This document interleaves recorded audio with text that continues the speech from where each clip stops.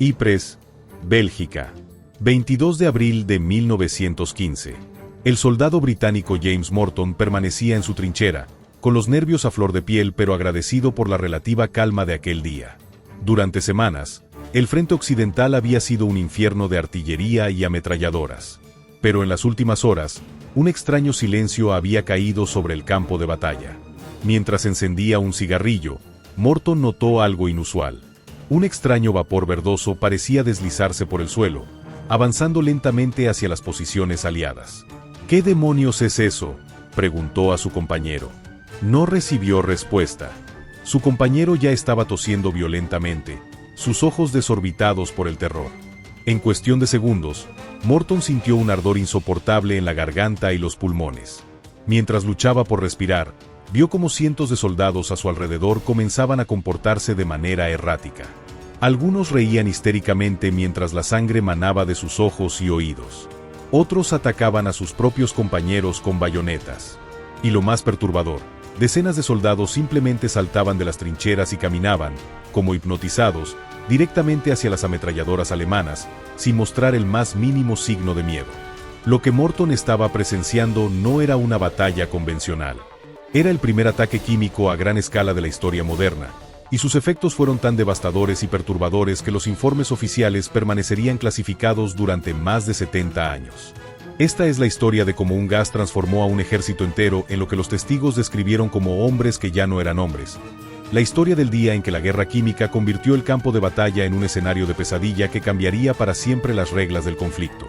Bienvenidos a el ataque zombie que paralizó a todo un ejército, la batalla química que se ocultó 70 años. Para entender la magnitud de lo ocurrido aquel día de abril de 1915, debemos primero situarnos en el contexto de la Primera Guerra Mundial. Tras meses de guerra de trincheras, el frente occidental se había convertido en un estancamiento sangriento. Miles de soldados morían por avanzar apenas unos metros de territorio. Los comandantes militares de ambos bandos buscaban desesperadamente formas de romper este impas. El químico alemán Fritz Haber, posteriormente ganador del Premio Nobel por su trabajo en la síntesis del amoníaco, propuso al alto mando alemán una solución radical: utilizar gas cloro como arma. La idea no era completamente nueva. Se habían usado pequeñas cantidades de gases lacrimógenos anteriormente. Pero lo que Haber proponía era diferente en escala y letalidad. El plan era simple pero aterrador: liberar 168 toneladas de gas cloro desde 5.730 cilindros a lo largo de un frente de 6 kilómetros. Cuando el viento soplara hacia las posiciones enemigas, el gas, más pesado que el aire, se deslizaría por el suelo y llenaría las trincheras aliadas. En teoría, el gas provocaría dificultades respiratorias severas, obligando a los soldados a abandonar sus posiciones, permitiendo así el avance alemán. Lo que nadie anticipó fueron los devastadores efectos neurológicos que se producirían. El 22 de abril de 1915, a las 5 de la tarde, con un viento favorable soplando hacia las líneas francesas y argelinas, los alemanes abrieron los cilindros. Una nube amarillo-verdosa comenzó a avanzar lentamente hacia las trincheras aliadas. Los soldados aliados, muchos de ellos tropas coloniales sin experiencia previa en la guerra europea, observaron con confusión la extraña nube que se aproximaba. Algunos oficiales especularon que se trataba de una cortina de humo para ocultar un avance de infantería. Nadie dio la orden de evacuar. El primer contacto con el gas fue descrito por el cabo Louis Martin, un soldado francés que sobrevivió al ataque. Era como si el aire mismo se hubiera convertido en fuego líquido. Mis pulmones ardían, mis ojos parecían a punto de estallar. A mi alrededor, hombres caían al suelo, convulsionando, vomitando una espuma amarillenta. Pero lo que siguió fue aún más perturbador. Según documentos recientemente desclasificados del Archivo Militar Británico, un porcentaje significativo de las víctimas comenzó a exhibir comportamientos que los testigos describieron como inhumanos o dementes. El teniente William Fordham, oficial médico británico, escribió en su diario: los afectados por el gas presentan síntomas que van mucho más allá de las simples quemaduras químicas. Soldados anteriormente disciplinados y valientes ahora vagan por las trincheras con miradas vacías, riendo incontrolablemente mientras sangran por los ojos y oídos. Algunos atacan a sus propios compañeros sin provocación. Otros parecen completamente insensibles al dolor y al miedo, caminando erguidos bajo fuego enemigo como si fueran invulnerables. ¿Qué estaba causando este comportamiento zombie, como lo denominaron algunos testigos? La respuesta permaneció como un misterio durante décadas, en parte porque los gobiernos aliados, temiendo el pánico, clasificaron los informes más perturbadores. Investigaciones científicas modernas, basadas en documentos desclasificados y análisis químicos avanzados, han arrojado luz sobre lo ocurrido. El gas cloro, al entrar en contacto con el agua estancada de las trincheras, rica en materia orgánica en descomposición, había formado compuestos organoclorados con potentes efectos neurotóxicos. Estos compuestos pueden provocar alucinaciones severas, comportamiento psicótico y supresión de los centros cerebrales relacionados con el miedo, explica el Dr. Richard Jenkins, toxicólogo que ha estudiado los efectos de las armas químicas de la Primera Guerra Mundial. Esencialmente, los soldados expuestos experimentaron una psicosis inducida químicamente, combinada con un daño neurológico que afectaba su percepción del dolor y el peligro. Esta explicación científica, sin embargo, apenas comienza a describir el horror vivido aquel día. El testimonio del sargento David Cooper, recuperado de archivos previamente sellados, ofrece una perspectiva estremecedora. Nunca olvidaré lo que vi. Hombres que conocía desde hacía años, compañeros con los que había compartido comida y trinchera, transformados en algo diferente. Thomas, un joven de Lancashire normalmente tímido, comenzó a arrancar trozos de carne de sus propios brazos, ofreciéndolos como si fueran raciones a los demás mientras sonreía con una expresión vacía. Wilson, nuestro ametrallador, abandonó su posición y caminó directo hacia las líneas alemanas, riendo histéricamente mientras las balas lo atravesaban una tras otra. Lo más perturbador fue que siguió avanzando incluso después de recibir impactos que deberían haberlo matado instantáneamente. Las líneas francesas, formadas principalmente por tropas argelinas y territoriales en el punto del ataque, colapsaron rápidamente. La brecha abierta podría haber permitido a los alemanes avanzar hasta el canal y potencialmente cambiar el curso de la guerra. Sin embargo, irónicamente, el alto mando alemán no había anticipado la efectividad de su nueva arma y no tenía suficientes reservas listas para explotar el éxito inicial. Además, muchos soldados alemanes se negaron a avanzar al ver el estado de las víctimas del gas. Un diario anónimo de un oficial alemán, encontrado décadas después, revela: nuestros hombres están acostumbrados a la muerte en el campo de batalla, pero lo que vimos hoy no era guerra como la conocemos. Los soldados enemigos no actuaban como humanos. Algunos de nuestros hombres se negaron a disparar contra ellos, diciendo que no era honorable matar a locos. El avance alemán, que podría haber sido decisivo, se detuvo después de ganar apenas 3,5 kilómetros. Para entonces, las divisiones canadienses estaban llegando como refuerzo. Lo que siguió fue uno de los episodios más extraordinarios y menos conocidos de la Primera Guerra Mundial. A medida que los efectos más intensos del gas comenzaban a disiparse, quedó un campo de batalla surrealista. Cientos de soldados aliados vagaban en tierra de nadie, entre las líneas alemanas y las posiciones aliadas que aún resistían, comportándose de maneras que desafiaban toda lógica militar. El capitán John Peterson, del regimiento canadiense Princess Patricia, escribió: observé a través de mis binoculares lo que solo puedo describir como una escena del infierno de Dante. Decenas de soldados franceses y argelinos deambulaban entre las líneas, algunos cavando frenéticamente con manos ensangrentadas, otros sentados en grupos pequeños meciéndose rítmicamente.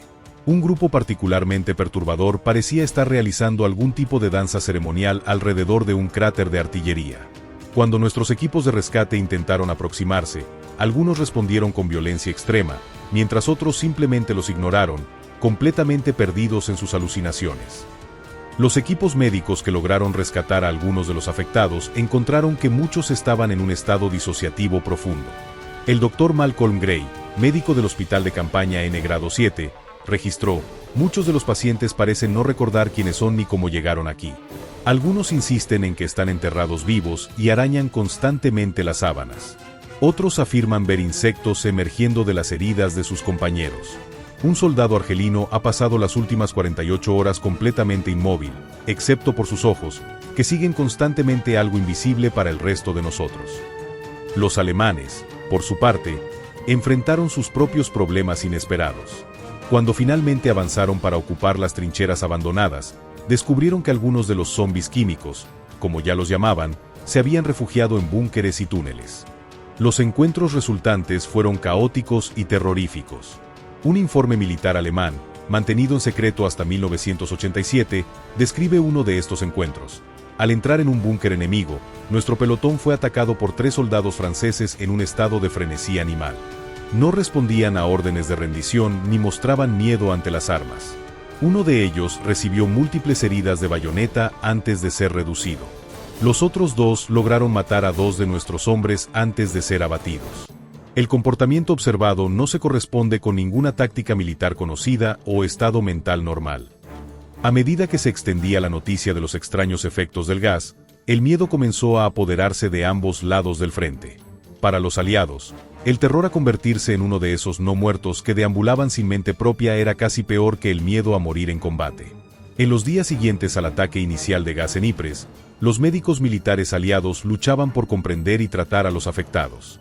Los hospitales de campaña estaban desbordados no solo con casos de quemaduras químicas en pulmones y piel, sino también con cientos de soldados que presentaban síntomas neurológicos y psiquiátricos sin precedentes. El Dr. James Ayoran, psiquiatra militar británico, fue uno de los primeros en intentar categorizar estos extraños síntomas. En un informe confidencial fechado el 30 de abril de 1915, escribió: "Los pacientes parecen caer en 3 categorías principales. El grupo A presenta comportamiento violento e irracional, con episodios de fuerza aparentemente sobrehumana y completa insensibilidad al dolor. El grupo B muestra un estado casi catatónico interrumpido por periodos de actividad frenética, a menudo relacionada con alucinaciones terribles. El grupo C, quizás el más perturbador, mantiene cierta coherencia verbal pero exhibe una completa desconexión moral y emocional, describiendo impulsos homicidas y autodestructivos con la misma calma que discutirían el clima". Lo que desconcertaba especialmente a los médicos era la persistencia de los síntomas. Mientras las quemaduras químicas comenzaban a sanar en muchos pacientes, los efectos neurológicos permanecían. Algunos soldados, aparentemente recuperados físicamente, sufrían repentinos episodios psicóticos semanas después de la exposición inicial. El caso del cabo Henry Dubois se convirtió en uno de los más estudiados. Dubois, un granjero francés de 23 años, había estado en las primeras líneas durante el ataque de gas. Inicialmente hospitalizado por quemaduras respiratorias, pareció recuperarse bien físicamente. 3 semanas después, mientras era transportado en tren hacia un centro de convalecencia, Dubois repentinamente comenzó a comportarse como si estuviera nuevamente bajo ataque químico. Rompió la ventana del vagón, gritando que necesitaba escapar del vapor verde, y saltó del tren en movimiento. Sorprendentemente, sobrevivió a la caída con solo fracturas menores, pero fue encontrado kilómetros después, cavando frenéticamente en un campo con sus propias manos ensangrentadas. Cuando los médicos le preguntaron qué hacía, Dubois respondió con escalofriante lucidez: "Estoy enterrando a los alemanes que maté. ¿No los ven? Están por todas partes. Si no los entierro, saldrán por la noche y se llevarán a más de nosotros". Casos como el de Dubois planteaban preguntas inquietantes. ¿Eran estos síntomas temporales o permanentes? ¿Representaban un nuevo tipo de herida de guerra para la cual no existía tratamiento? Y quizás lo más perturbador, ¿podían estos efectos ser contagiosos de alguna manera? Esta última pregunta surgió cuando médicos y enfermeras comenzaron a reportar comportamientos extraños en personal que no había estado directamente expuesto al gas, pero que trabajaba estrechamente con las víctimas. La enfermera Margaret Collins escribió en su diario: "Después de 3 semanas atendiendo a los gaseados, he comenzado a experimentar sueños vívidos donde yo también estoy atrapada en la nube verde". La hermana Jenkins tuvo que ser relevada ayer después de que comenzara a ver las mismas alucinaciones que describen nuestros pacientes. Nos preguntamos si algo en su sudor o fluidos corporales podría transmitir estos efectos. Los altos mandos aliados rápidamente clasificaron estos informes, temiendo que la sugerencia de una locura contagiosa pudiera provocar pánico tanto en el frente como en casa. Investigaciones posteriores determinarían que estos casos entre el personal médico probablemente representaban traumatización secundaria y agotamiento extremo, no efectos químicos transmisibles. Sin embargo, el daño al moral ya estaba hecho. Mientras tanto, el avance científico para entender lo sucedido estaba siendo obstaculizado por la censura militar. La versión oficial aliada minimizaba los efectos neurológicos, describiendo simplemente desorientación temporal debida a la asfixia. Los reportes de comportamiento zombie o psicótico fueron deliberadamente omitidos de los comunicados oficiales y la prensa. Sin embargo, en laboratorios secretos lejos del frente, científicos de ambos bandos trabajaban intensamente para comprender exactamente qué había sucedido en Ypres. El profesor Ernest Wilkins, químico británico asignado al programa de guerra química, realizó experimentos con muestras de tierra y agua recogidas de las trincheras afectadas. Sus hallazgos, documentados en informes que permanecerían clasificados hasta 1985, fueron reveladores. El gas cloro, al combinarse con compuestos orgánicos presentes en el agua estancada de las trincheras, produjo varios derivados organoclorados con propiedades neurotóxicas. Algunos de estos compuestos muestran similitudes estructurales con sustancias alucinógenas conocidas, pero con efectos considerablemente más potentes y desorganizados en el sistema nervioso central. En otras palabras, el ataque había producido accidentalmente uno de los primeros casos de guerra psicoquímica masiva de la historia.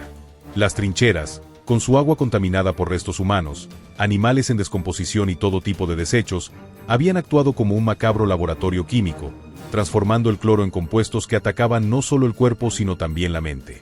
Del lado alemán, el descubrimiento de estos efectos neurológicos provocó debates éticos entre algunos científicos involucrados. Fritz Haber, el padre del ataque con gas, se mantuvo firme en su convicción de que la guerra química era humanitaria por acortar el conflicto. Sin embargo, otros expresaron reservas profundas. El Dr. Otto Lenz, asistente de Haber, escribió en una carta personal encontrada décadas después: "Lo que hemos desatado va más allá de las heridas físicas. Los reportes que recibimos del frente hablan de hombres cuyas mentes han sido destruidas más completamente que sus cuerpos. Me pregunto si realmente comprendemos las fuerzas que estamos liberando. Una cosa es matar el cuerpo de un enemigo, otra muy distinta es destruir su humanidad mientras aún vive". A pesar de estas preocupaciones, la escalada de la guerra química continuó. Los británicos respondieron con sus propios ataques de gas en la batalla de Loos en septiembre de 1915. Los alemanes introdujeron el gas mostaza en 1917, y ambos bandos experimentaron con diversas mezclas químicas a lo largo de la guerra.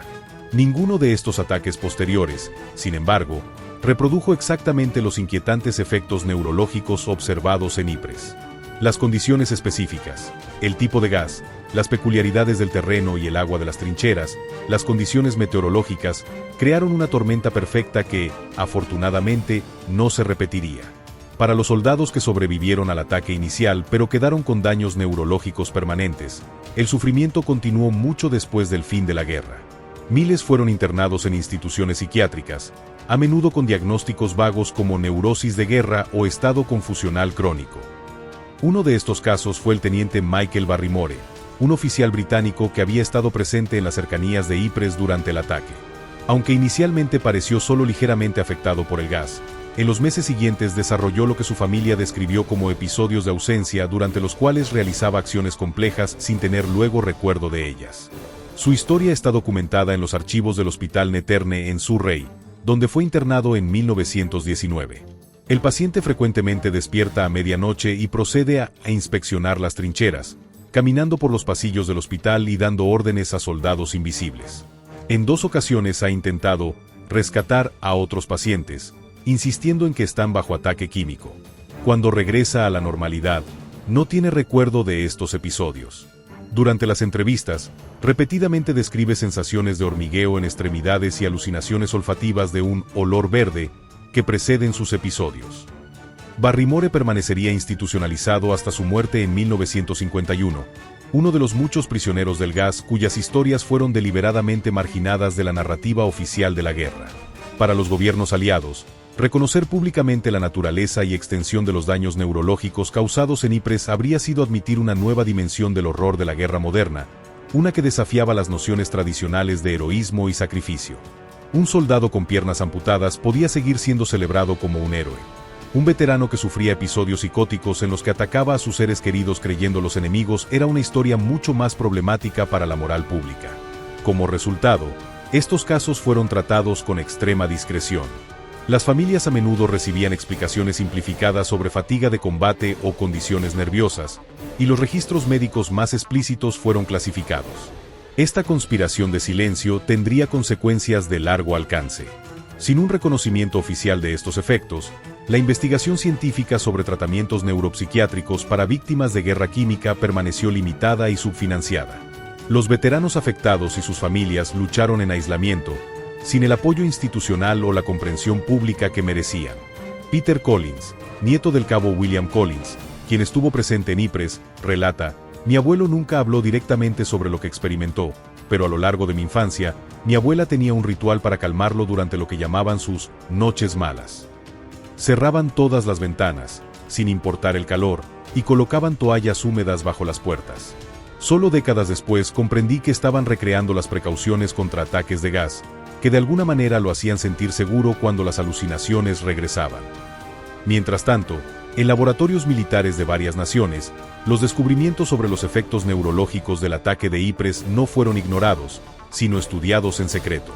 A medida que los años 20 y 30 avanzaban, el horror de la Primera Guerra Mundial comenzaba a desvanecerse en la memoria colectiva, reemplazado por los nuevos desafíos de la Gran Depresión y el ascenso de regímenes totalitarios. Los veteranos afectados por el gas de Ypres, sin embargo, seguían luchando con sus demonios invisibles. Un informe confidencial del Ministerio de Pensiones británico, fechado en 1931 y desclasificado solo en 2002, revela que más de 2.000 exsoldados seguían institucionalizados con condiciones psiquiátricas directamente atribuidas a la exposición a gas. El documento señala con tono clínico: estos casos presentan desafíos particulares al sistema de atención, ya que generalmente no muestran mejoría significativa con el tiempo y requieren vigilancia constante debido a comportamientos impredecibles y potencialmente violentos. Lo que el informe no menciona es el costo humano detrás de estas estadísticas: familias destruidas, talentos desperdiciados, vidas pasadas en el aislamiento institucional. Tampoco menciona las serias preguntas éticas sobre cómo estos veteranos fueron tratados. En muchas instituciones, los gaseados de Ypres, como se les conocía informalmente, eran sometidos a tratamientos experimentales, desde terapia de choque eléctrico hasta primitivas formas de psicocirugía. Estos procedimientos rara vez mejoraban su condición y a menudo empeoraban su sufrimiento. El caso de Albert Murray, documentado en los archivos recientemente abiertos del Royal Edinburgh Hospital, es ilustrativo. Murray, un joven minero de Yorkshire expuesto al gas en 1915, desarrolló un patrón de comportamiento cíclico. Semanas de normalidad relativa interrumpidas por periodos de extrema paranoia durante los cuales insistía en que sus pulmones se estaban llenando de líquido verde. Entre 1920 y 1936, Murray fue sometido a múltiples tratamientos experimentales, incluyendo inhalación forzada de oxígeno puro, inyecciones de diversos sedantes y finalmente una lobotomía prefrontal.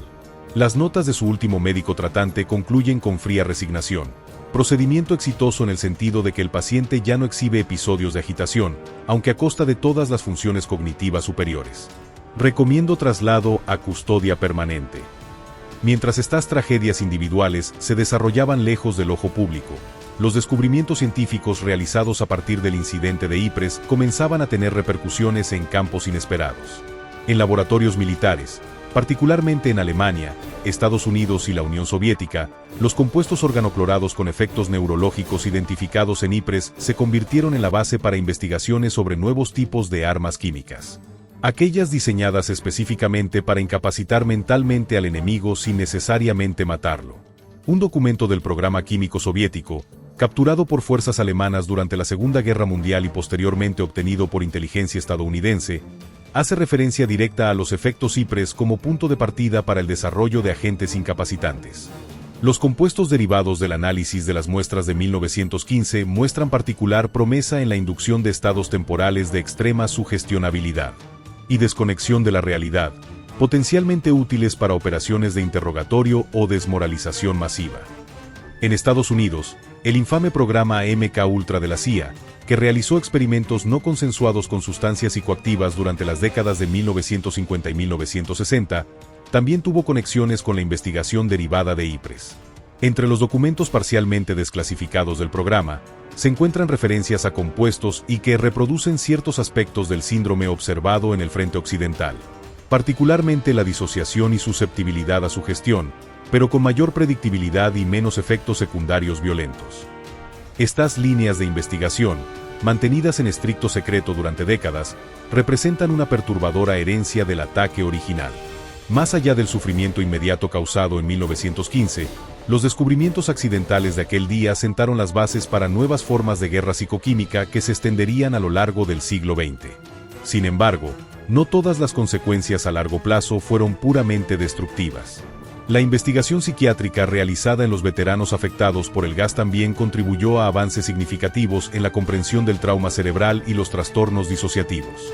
El Dr. Lewis Cameron, neuropsiquiatra británico que trabajó extensamente con víctimas de gas en los años 20, desarrolló algunas de las primeras teorías coherentes sobre cómo las toxinas químicas podían causar cambios permanentes en la estructura cerebral, afectando regiones específicas relacionadas con el control emocional y la percepción sensorial.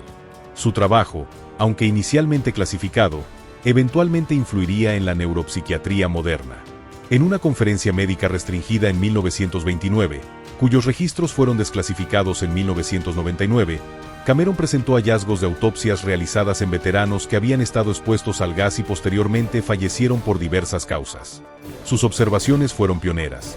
En los cerebros examinados, observamos patrones consistentes de daño microscópico en el sistema límbico y áreas prefrontales, incluso en sujetos que habían sobrevivido más de 10 años tras la exposición.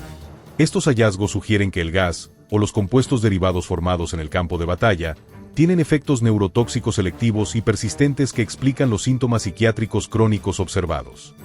Estos descubrimientos, aunque mantenidos en secreto por razones de seguridad nacional, eventualmente informarían la comprensión médica de cómo diversas sustancias tóxicas pueden afectar el cerebro, contribuyendo al desarrollo de tratamientos para condiciones neurodegenerativas y trastornos neuropsiquiátricos. A medida que el tiempo pasaba, el número de supervivientes directos del ataque de Ypres disminuía gradualmente. Con la llegada de la Segunda Guerra Mundial, con sus propios horrores y nuevas armas de destrucción masiva, la memoria del ataque zombie parecía destinada a desvanecerse completamente de la conciencia pública. La historia oficial de la Primera Guerra Mundial, tal como se enseñaba en escuelas y academias militares, mencionaba el uso de gas cloro en Ypres como un hito importante en la guerra química, pero omitía completamente cualquier referencia a los extraños efectos neurológicos y comportamientos zombies observados. Las fotografías y películas que mostraban a soldados en estados de disociación psicótica fueron archivadas o destruidas. No fue hasta finales de los años 60, cuando comenzaron a expirar los periodos de clasificación de 50 años para muchos documentos de la Primera Guerra Mundial, que investigadores independientes empezaron a encontrar referencias desconcertantes a aspectos no reconocidos del ataque de Ypres. El historiador militar británico Richard Hammond fue uno de los primeros en tropezar con estas pistas mientras investigaba para una biografía del general Haig. En archivos recién desclasificados, encontró reportes médicos y comunicaciones militares que hacían referencia a comportamiento aberrante y trastornos mentales agudos entre las víctimas del gas.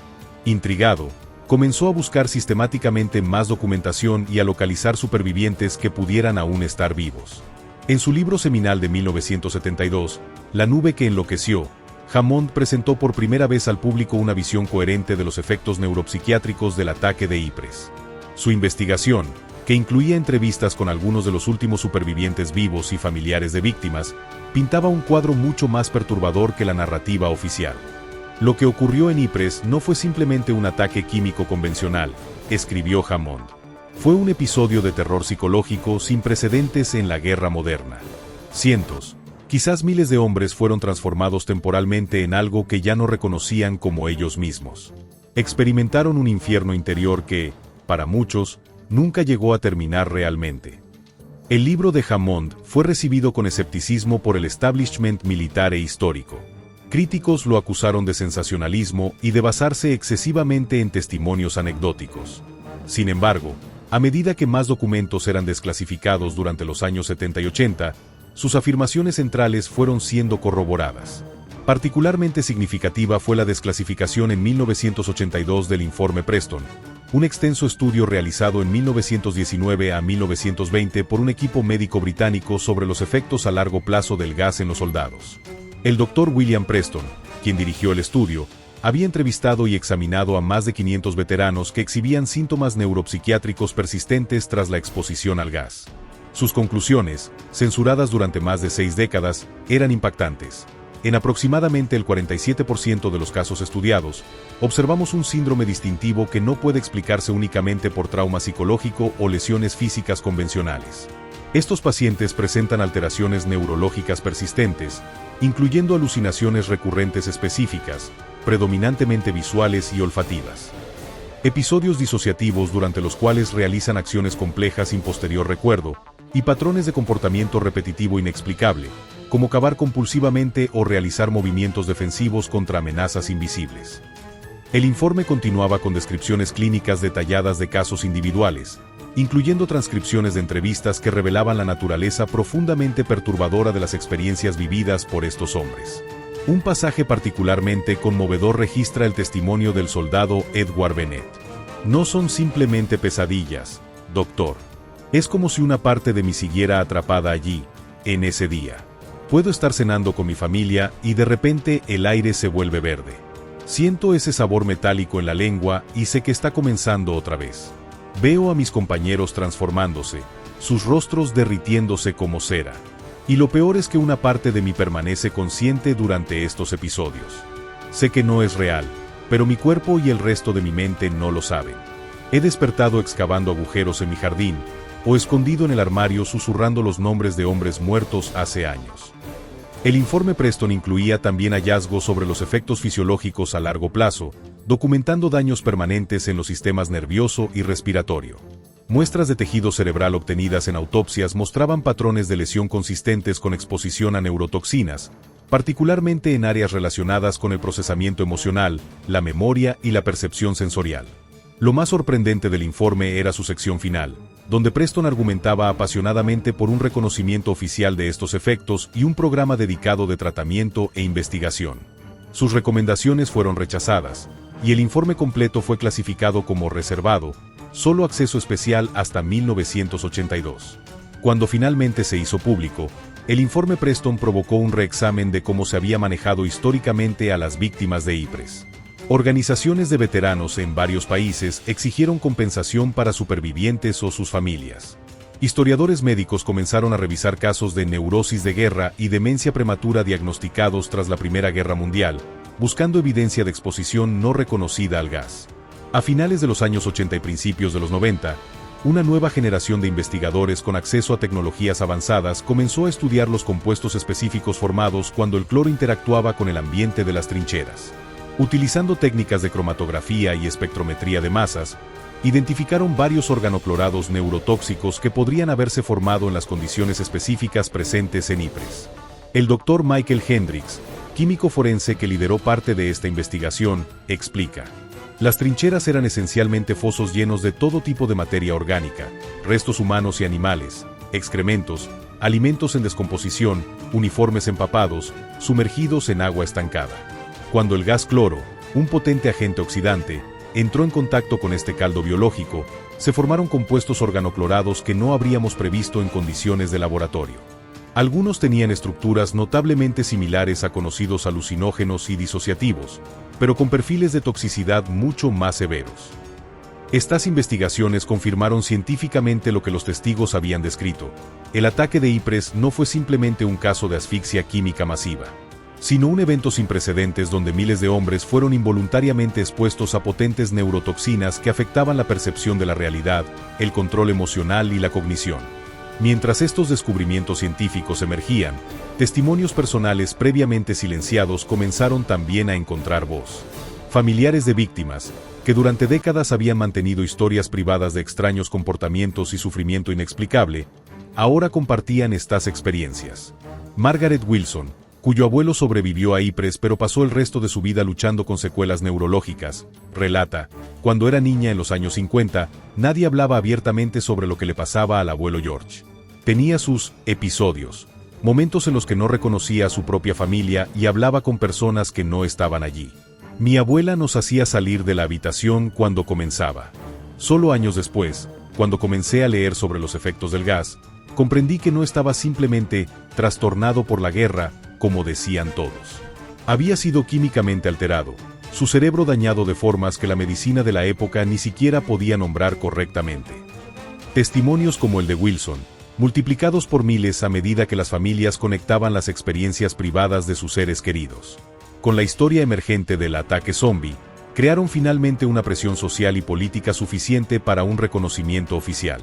En 1995, en una ceremonia conmemorativa por el 80 aniversario de la batalla de Ypres, el gobierno británico reconoció formalmente por primera vez los efectos neuropsiquiátricos de largo plazo sufridos por las víctimas del gas. El primer ministro declaró: durante demasiado tiempo, una parte significativa del sufrimiento de estos hombres ha permanecido sin reconocimiento. Hoy reconocemos no solo su sacrificio físico, sino también el tormento mental que muchos soportaron durante décadas después, a menudo en aislamiento y sin comprensión pública.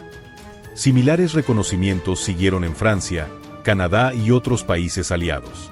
Programas de compensación fueron establecidos para descendientes de víctimas que pudieran documentar efectos a largo plazo, aunque para entonces, prácticamente todos los supervivientes directos habían fallecido. ¿Por qué tomó tanto tiempo este reconocimiento? La respuesta involucra una compleja mezcla de factores políticos, militares y culturales. Desde una perspectiva militar, reconocer oficialmente los efectos zombificantes del gas implicaba admitir una dimensión de horror psicológico que iba más allá de la narrativa aceptable de sacrificio heroico. Las naciones necesitan que sus ciudadanos estén dispuestos a arriesgar sus vidas en la guerra. Es mucho más difícil pedirles que arriesguen sus mentes, su identidad misma. Políticamente, existían también preocupaciones sobre responsabilidad legal y compensaciones. Reconocer oficialmente estos efectos abriría la puerta a demandas de miles de familias cuyos seres queridos habían sufrido durante décadas sin reconocimiento ni apoyo adecuado. Culturalmente, los extraños comportamientos exhibidos por las víctimas del gas desafiaban las categorías establecidas de herida de guerra. Un veterano con una pierna amputada portaba una marca visible de sacrificio que la sociedad podía reconocer y honrar. Los que sufrían episodios psicóticos, comportamientos erráticos o cambios de personalidad eran mucho más difíciles de integrar en la narrativa cultural de la guerra. El historiador James Cromwell observa, la historia del ataque zombie de Ypres nos muestra cómo las sociedades seleccionan qué aspectos de la guerra son contables y cuáles son demasiado perturbadores para la narrativa nacional. Durante generaciones, estos hombres fueron efectivamente borrados de la historia oficial no porque sus sufrimientos fueran menos reales, sino porque eran menos compatibles con cómo queríamos recordar la guerra. Más allá de su significado histórico, la historia de Ypres tiene también profundas implicaciones para nuestra comprensión de los conflictos modernos y la guerra química. A pesar de la Convención sobre Armas Químicas de 1993, que prohíbe el desarrollo, producción y uso de armas químicas, incidentes recientes en Siria, Irak y otros lugares demuestran que estas armas no han desaparecido del campo de batalla. La mayoría de las investigaciones se han centrado en los efectos letales inmediatos, dejando a menudo sin examinar suficientemente los daños neurológicos a largo plazo en supervivientes. La doctora Samira Khalid, neuróloga que ha trabajado con víctimas de ataques químicos en Siria, señala paralelos inquietantes. En mi trabajo con supervivientes de ataques con gas sarín y cloro en Ghouta y otros lugares, he observado patrones de síntomas neuropsiquiátricos persistentes que recuerdan sorprendentemente a los descritos en los documentos históricos sobre Ypres. Estamos potencialmente creando otra generación de víctimas cuyo sufrimiento neurológico puede extenderse durante décadas, sin recibir la atención o tratamiento adecuados. Esta perspectiva subraya una lección crucial de la historia de Ypres. Los efectos reales de la guerra química a menudo se extienden mucho más allá del recuento inmediato de fallecidos y heridos. Décadas después de que las armas hayan sido silenciadas, las secuelas neurológicas pueden seguir afectando a supervivientes, familias y comunidades enteras. En un sentido más amplio, la historia del ataque zombie de Ypres nos obliga a reconsiderar cómo entendemos y conmemoramos el costo humano de la guerra. Los monumentos tradicionales honran a los muertos, pero rara vez reconocen adecuadamente a aquellos que sobrevivieron físicamente pero quedaron profundamente alterados mental o neurológicamente. El escritor y veterano de guerra Pilkla reflexiona, tendemos a tratar las heridas invisibles de la guerra, psicológicas, neurológicas, morales, como de alguna manera menos reales que las físicas, a pesar de que a menudo causan igual o mayor sufrimiento. La historia de Ypres nos muestra cuán antigua es esta tendencia, y cómo ha permitido que generaciones de veteranos sufran en silencio sus experiencias marginadas de la narrativa oficial. Quizás la lección final de esta historia es sobre la importancia de la verdad histórica completa, por incómoda que sea. Durante décadas, la historia oficial de la Primera Guerra Mundial presentó una versión sanitizada del ataque de Ypres, omitiendo sus aspectos más perturbadores. Esta omisión no solo negó reconocimiento a las víctimas, sino que también nos privó colectivamente de una comprensión más profunda de los verdaderos horrores de la guerra química. Hoy, mientras los últimos documentos son desclasificados y nuevas investigaciones científicas arrojan luz sobre lo ocurrido hace más de un siglo, finalmente podemos integrar el ataque zombie de Ypres en nuestra comprensión histórica. No como una curiosidad macabra o un relato sensacionalista, sino como un episodio crucial que revela dimensiones de la guerra moderna que durante demasiado tiempo hemos preferido no ver. Los hombres que caminaron como zombies hacia las ametralladoras alemanas aquel día de abril de 1915 reían histéricamente mientras sangraban por los ojos. Atacaban a sus propios compañeros, o cavaban frenéticamente con manos ensangrentadas. No eran monstruos de una película de terror. Eran seres humanos ordinarios transformados por la química de la guerra moderna, víctimas de un tipo de horror para el cual la humanidad no estaba preparada. Su historia, finalmente contada en su totalidad, permanece como un poderoso recordatorio de los costos ocultos del conflicto y de nuestra responsabilidad de reconocer todas las dimensiones del sufrimiento humano en la guerra, incluso aquellas que desafían nuestras categorías convencionales o perturban nuestras narrativas preferidas. Como escribió uno de los últimos supervivientes de Ypres en sus memorias publicadas póstumamente, lo que el gas nos quitó no fue solo aire en nuestros pulmones o años de nuestras vidas. Nos robó partes de nuestra humanidad de maneras que las palabras apenas pueden describir. Algunos de nosotros nunca recuperamos completamente esas partes. La verdadera tragedia es que durante tanto tiempo, el mundo ni siquiera reconoció lo que habíamos perdido.